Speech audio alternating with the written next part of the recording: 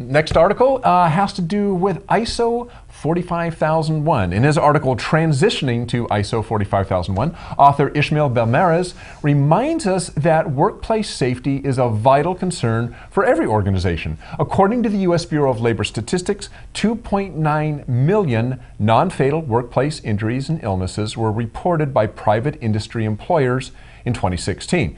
The costs to those employers was tens of billions, with a B, tens of billions of dollars. So it's a big deal. In March of this year, the leading certification standard for occupational health and safety, OHSAS 18001 or OSAS 18001, is changing to ISO FDIS 45001. For those of you who will need to make the transition from 18001 to 45001, you will find actually a lot of common between the two programs, which is great, but there are also a few key differences. And here to talk about ISO 45001 is the author of that article, Ismael Belmarez. Hi, Ismael. Hi, good morning. Hopefully everyone's doing well. It's a pleasure to be here. Oh, well, thanks. Well, let's get right to it. First of all, why did we have the change from ISO 18001 to, OSAS 18001 to ISO 45001? Yeah, most of these standards, whether we're talking about ISO 9000 standards or other standards, get revised every few years. And the last time 18,000 had been revised was back in 2007. So it was basically time to revise it.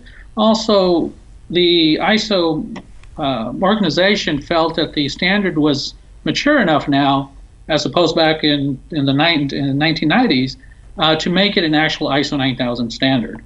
I mean, actual ISO standard. So in this case, the next numbering scheme for management system standards is 45001.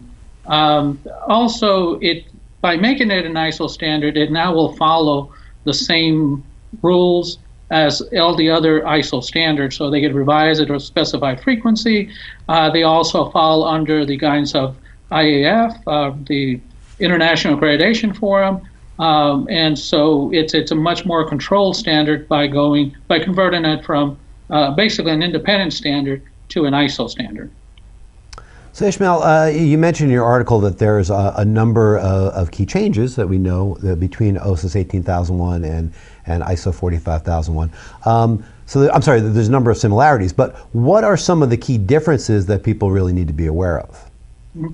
The first change, just like all the rest of the management system standards, has to follow the high-level structure.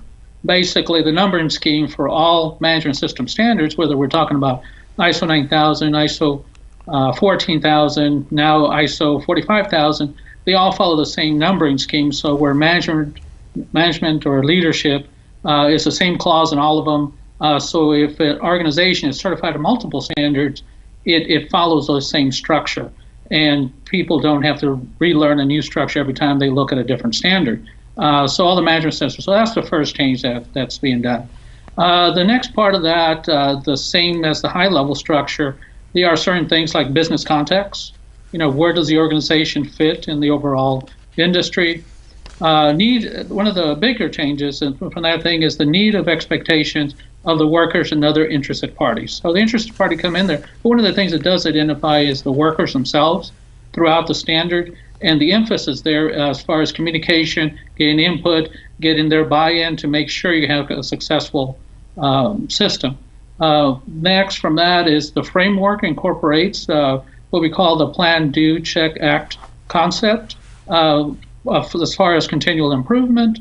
The leadership commitment is also in there, just like in the other standards.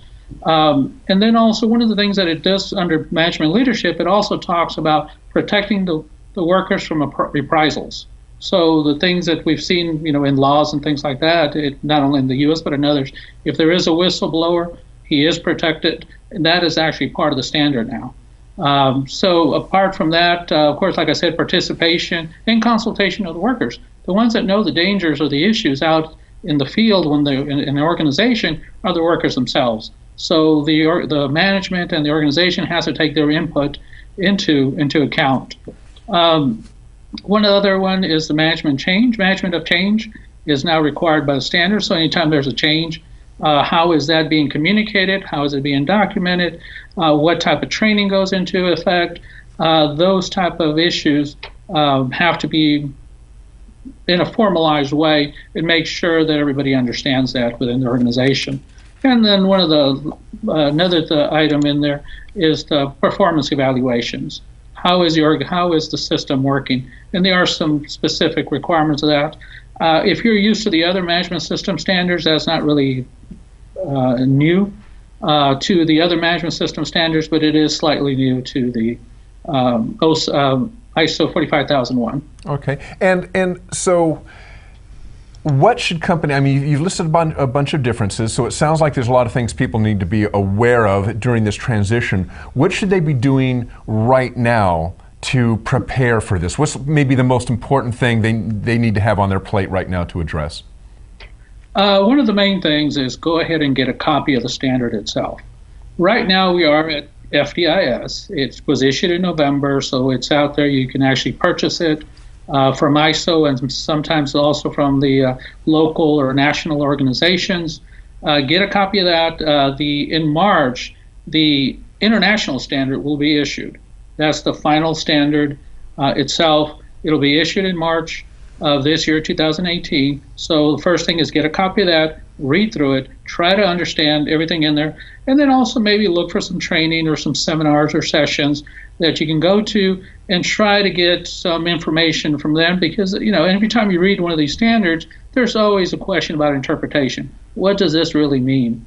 So try to get some training out there if you can, whether that's through an official or formal training or just a information session or something like that, where you're able to talk to other people and see. And if you can network in those situations, that'd be great on how other people are trying to address some of these requirements. From that, of course, then you have to perform internal training with, and that's very special, or you should, of course, concentrate on management itself, because a lot of the requirements, it has to start at the top, and then also your internal audits, and then also anybody else responsible for segments of the standard itself for implementing that standard. From that, then perform a gap analysis, and then also include in that gap analysis documentation. Of course, a lot of it, they say, well, a manual is not required. It doesn't really say, but it does require documented information, just like the other standards. In documented information, you're going back to records and procedures or work instructions. Make sure that you include the documentation that is required by the standard, and any other documentation that you as an organization has identified that you need. And then also perform your internal audits. Now, this is, you need to really develop a timeline. There will be a transition period. IAF will publish those probably at the same time that the standard is issued. And there'll be a couple of documents and guidance in IAF. And what I mean by IAF is International Accreditation Forum.